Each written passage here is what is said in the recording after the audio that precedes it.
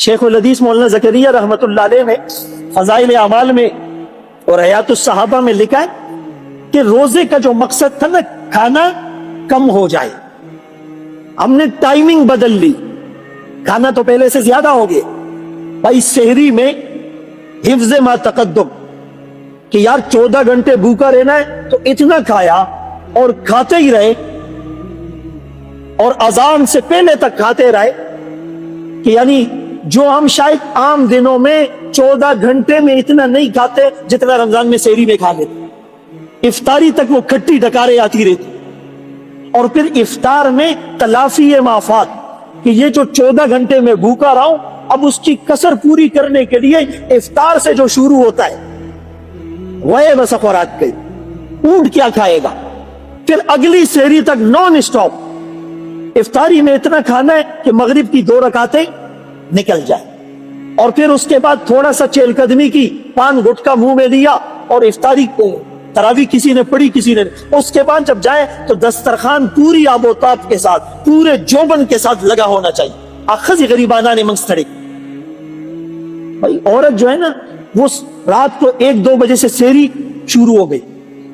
اکثر وہ بیچاری خود کچن میں ہوگی، اب حضرت سے بناستی پر لطف والی اور درزہ غرب شروع ہوگی، اچھا پھر سحری کے بعد ہم تو سو گئے، عورتوں کی چھٹی نہیں ہے، وہ پھر بچے اسکول جائیں گے، ان کا تو روزہ نہیں ہے، ان کے لیے شروع ہوگی، پھر بچے اسکول سے 12 بجے آئیں گے، ان کو کھانا دینا ہے، اچھا 2-3 بجے پھر افطار کا پروگرام شروع ہو گیا، اس کو چاٹ کھانا ہے، اس کو پکوڑے کھانے ہیں، داغ بریانی خواہدہ، اس کو قورمہ چاہیے، ایسا ہے نہیں، پھر افطار میں بڑی مشکلوں سے اس نے برتن دھوئے، وہ رات تراویح کے بعد دسترخوان میں شروع، یعنی عورت بیچاری کو تو ہم نے کسی کا کام کا نہیں چھوڑا، اور ہم نے سمجھا ہے ٹھیک ہے اس کو ثواب ملے گا، وہ روزہ دار کی خدمت کر رہی ہے، وہ دے دا مطلب ہم نے دے کہ وہ فرض نماز بھی نہ پڑھے، یہ ہم لوگوں نے اپنی تشریحات اور اصلاحات ایجاد کر دیے، بس تا تک وہ ثواب ملاوی گی تو زمن غم کا تم ہمارا غم کرو، حدیث میں آتا ہے سب سے برا برتن جو آدمی بھرتا ہے وہ پیٹ کا برتن ہے، سب سے برا برتن جو آدمی بھرتا ہے وہ پیٹ کا برتن ہے،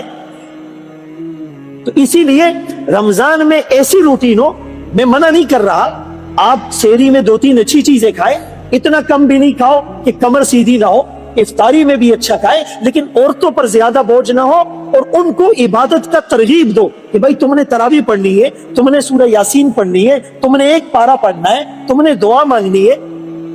تمہیں بھی تو اللہ کے سامنے پیش ہونا ہے، اور خدمت پہ اس کو اجر ملے گا، منگ چری تورا کھولے منگ ٹولر صلاۃ التسبیح کھولے، بھائی اگر ہم سارا دن صلاۃ التسبیح پڑھتے، دن میں 15 پارے قرآن پڑھتے، ہر وقت بیانات کرتے، تو ہم لوگ خدمت اس حضرت کی ہو رہی ہے جو فجر سے پہلے سو جاتا ہے اور مازیگر رہا پاس 3 بجے اس طرح کی کلاوشی، آج تو جلدی اٹھ گئی، نہ زور جماعت سے پڑھتا ہے نہ قرآن کی تلاوت کرتا ہے، اور عصر میں آ کے وہ بھی فروٹ لینے کے لیے آتا، اور رات کو اس حضرت کی خدمت ہو رہی ہے جو تراویح نہیں پڑھے گا، نائٹ کرکٹ میچ کھیلے گا، نائٹ ٹورنامنٹ میں اس نے جانا ہے، اور ہوٹل کی کرسیوں کو اس نے زنگ آلود کرنا ہے، کرسی دے ہوٹل والا ماتش 50 روپے کی چائے پینی ہے، 4 گھنٹے بیٹھا ہوتا ہے، اگیم دشر مسویل نشی چدے بپاسا سننا، اور رات کو ان ہوٹلوں میں یقین مانو 2-3 بجے آپ جاؤ، اچھا ہم چونکہ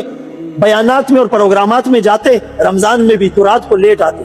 تو اتلی داسی آبادی اور جمعتوں نتشی، اس سے بڑی بدقسمتی کیا ہو، ہوٹل آباد ہے، روڈ آباد ہے، ہاں چوک چوراہے آباد ہے، اللہ کا در آباد نہیں، رمضان میں بھی آباد ہے، تراویح کے بعد سب ایسے بھاگتے، تو بھائی اس رمضان میں کچھ ایسا کر لو کہ یہ ہماری نجات کا ذریعہ بن جائے۔